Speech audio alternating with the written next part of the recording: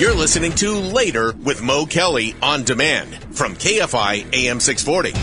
It's Later with Mo Kelly. We are live everywhere on the iHeartRadio app, and it's RNC closing night. We are awaiting at this point UFC President and CEO Dana White. He is next on the convention schedule. Son Eric Trump just finished speaking to the Milwaukee audience. Right now, there is a bit of a pause. If you're watching the different news feeds, you will see Ivanka. This first time I've seen Ivanka in the house. Ivanka and Jared are in the house. You see a vice presidential candidate, J.D. Vance, and his wife. So just about all the Republican luminaries are here, of course, because this is the biggest night of the RNC. We're waiting for former President Trump to formally and officially accept the presidential nomination for the Republican Party. I would expect him to offer his vision for America for the next 4 years. We don't know what tone he's going to take. We don't know what strategy he's going to employ. And I say strategy because this is against the backdrop of I don't want to say breaking news, but I would say the whispered campaign about President Joe Biden, who allegedly may, not definitely, but may drop out of the race between now and the end of the weekend. Whether that news would impact the former president's speech, don't know. That's something I'm curious to see. And whether that impacts the news cycle, I'm definitely curious to see. And I talked about this last night, how these conventions, there is conventional wisdom for these conventions, and there's some norms, there's some unstated rules, where when there is a party's convention in process, the other party is supposed to take a back seat. They're not supposed to be campaigning in the way that they usually do. They're not supposed to be buying ads on the other party's convention news time. It's almost like an understood degree of respect where you allow the other party uninterrupted time. And for the most part, that has been the case. And if you throw into the pot that Joe Biden is dealing with COVID, you can see his absence is not as magnified as if it would have been maybe a week or two ago. But since that rumor is floating around that President Joe Biden may drop out of the race between now and Monday, it remains to be seen what the Democrats are going to do. I'll say tonight going into the weekend, will they hunker down and be relatively silent? Or will they amp up the whisper campaign to a deafening pitch to where they almost force out Joe Biden? And I don't know how this is going to play out within the Democratic Party. It's probably not going to go over well, if only because they're going to be unhappy voters who voted for Joe Biden during the primary and want to stick with Joe Biden. There are going to be those people, let's say like Congressman Dean Phillips, who say, hey, I should have gotten a better chance, a fairer chance during the primary. You may see him and other people at the DNC next month put their names back in the hat because, from what we understand, if Joe Biden were not to seek the nomination and it would be an open convention, most likely he would not endorse Kamala Harris, his vice president. Not because he doesn't necessarily believe in her, but he doesn't want to be seen as putting his thumb on the scale again and further directing how the party goes if he's not going to be the nominee. And looking at the feed right now, former First Lady Melania Trump has just entered the convention, walking onto the convention floor, acknowledging those who are in the house. And I said last night, where is former First Lady Melania Trump? Well, she reserved her appearance for tonight. Notice I'm seeing Ivanka and also Jared in the house for the first time tonight. So the whole family, from what I can tell, is in the convention center and will be present for the former president when he gives his remarks. But let me go back to Joe Biden as far as what may happen at the convention. He would not endorse Kamala Harris, and we don't know what other names might be submitted. We don't know how that will play out. And I know that there are some people saying, hey, this is not fair. This is against the elections. And I want to remind people that these parties are private entities. They are private corporations. They can handle their nomination procedures just about however they want. With respect, they do have bylaws and general rules, but it doesn't mean it is handled like a general election would be handled, or election for an elective office. These are private institutions. Let me give you another example.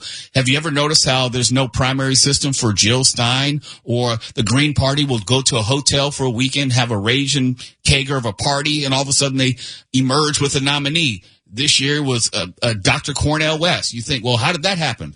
Well, very simply, that's how they decided. They just choose. It's up to the individual parties to choose. They don't have to be beholden to you or to me. I'm a registered independent. I don't get a vote during the primaries because most of the primaries, including California, are closed in that regard. But the parties will do what is in their best interest. And I always use the analogy of McDonald's. McDonald's may send you a survey. They may send Stephen and Mark, hey, good evening, guys. They may send them a survey saying, well, do you want McDonald's to start selling hot dogs? We were thinking about selling chili dogs and corn dogs. And everyone in America may send back that survey and say, yeah, we want to see corn dogs and chili dogs on a McDonald's menu. And millions of people may respond. And then McDonald's may at the end say, you know what? We're a hamburger company and we're going with hamburgers. We're sticking with hamburgers. All y'all go to hell. That's how it works. It's a marketing survey. It is a focus group. They're asking your opinion, but you don't necessarily have as much say as you might think. So as we get ready to go to break, just letting you know, the convention floor, people are milling around. We're waiting for the next speaker, which is going to be UFC CEO and President Dana White. He's been a long-time staunch Trump supporter, and this is of no surprise. You may have missed earlier in the evening, they had the Hulk Hogan up there offering remarks in support of former President Trump, and he came out in character. And from what I understand, he even ripped off his shirt. Weird, but hey, it's your party. You can do what you want to. But when we come back, we expect to hear from Dana White. We will be carrying his remarks live. We'll be carrying the former president's remarks live as he officially accepts the nomination. And also Kid Rock. I guess he has a special number which is planned in support. And I'll say, just in support of Donald Trump. He'll be playing that, strangely enough, after Donald Trump's remarks. Usually the nominee ends the convention. You usually have the nominee speak, accept the nomination, and that's the end. But I guess they're going to have a closing performance from Kid Rock. We'll bring it all to you. So there's no need to leave KFI. You'll hear it all right here. We're live everywhere on the iHeartRadio app. You're listening to Later with Mo Kelly on demand from KFI AM 640. The RNC, they've changed the order. It should have been Dana White of the UFC. That is the rundown we were given. And Kid Rock was supposed to perform at the end after Donald Trump, but he's performing one of his songs that he changed the words to obviously feature the fight anthem from this past Saturday. They showed people around the arena. Some people could keep up with the beat. Others did not feel like joining in, but I think it was well received overall. Before the break, I was telling you about the rundown of the schedule. And I said I found it odd that originally, at least, they put Kid Rock after Donald Trump, which would have been weird because you usually close the convention with your nominee, and that's it. You want your nominee to have the last word. That's how you close out the night.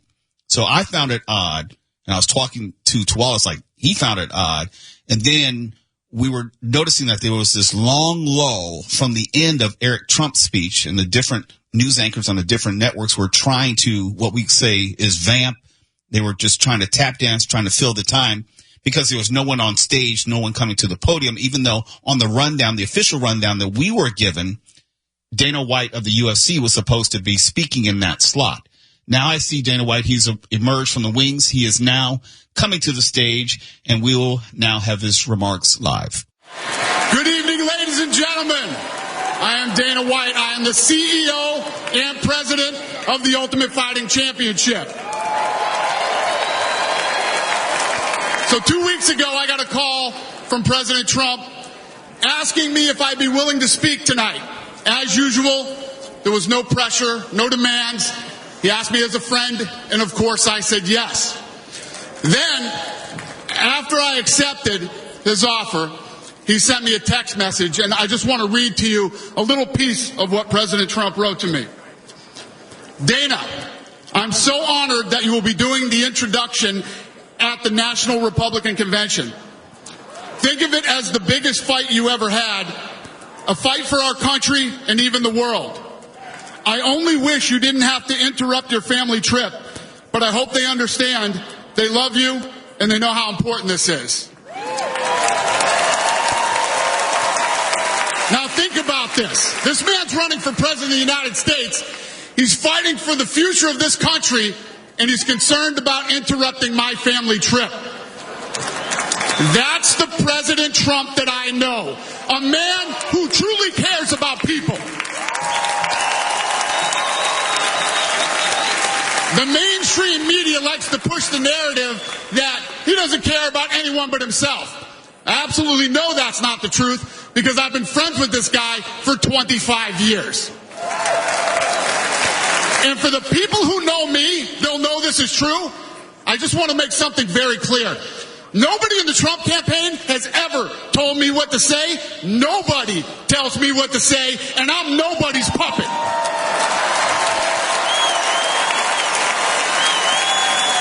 And I'm not telling you what to think. I'm telling you what I know. And I know President Trump. I know President Trump is a fighter. I've been saying this since 2015. Now look at what's happened over the last 10 years. We have all seen it with our own eyes. I'm in the tough guy business, and this man is the toughest, most resilient human being that I've ever met in my life. The higher the stakes, the harder he fights, and this guy never, ever gives up. So what's at stake here? The answer is in President Trump's text, and I quote, "A fight for our country." I know why he's running for president again. Why else would he put himself through everything he's dealt with just to get back here? We all know he doesn't need this. This guy's got a great life. He has a beautiful family, and he has achieved everything that you could possibly achieve in life. I know President Trump is literally putting his life on the line for something bigger than himself. And he's willing to risk it all because he loves this country.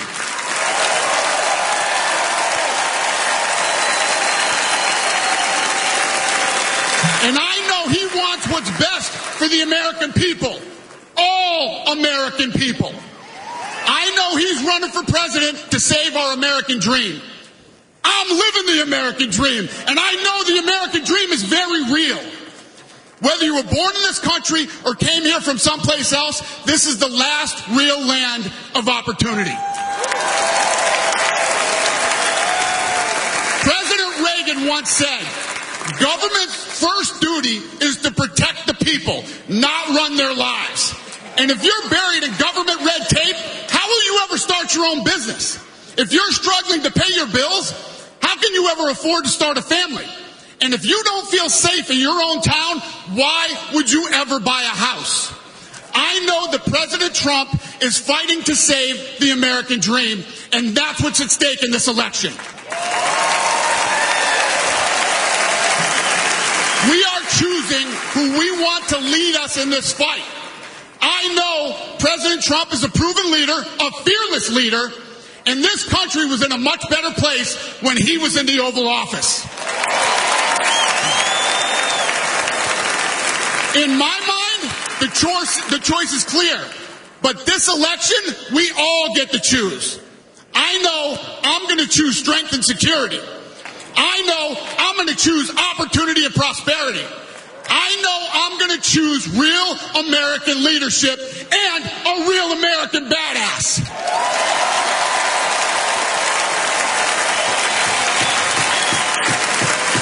And I'm not telling you what choice to make, and I'm not telling you what to think. I'm telling you what I know. I know America needs a strong leader, and the world needs a strong America. I know Donald J. Trump is the best choice for President of the United States. My fellow Americans, it is my honor to introduce the 45th and soon to be 47th President of the United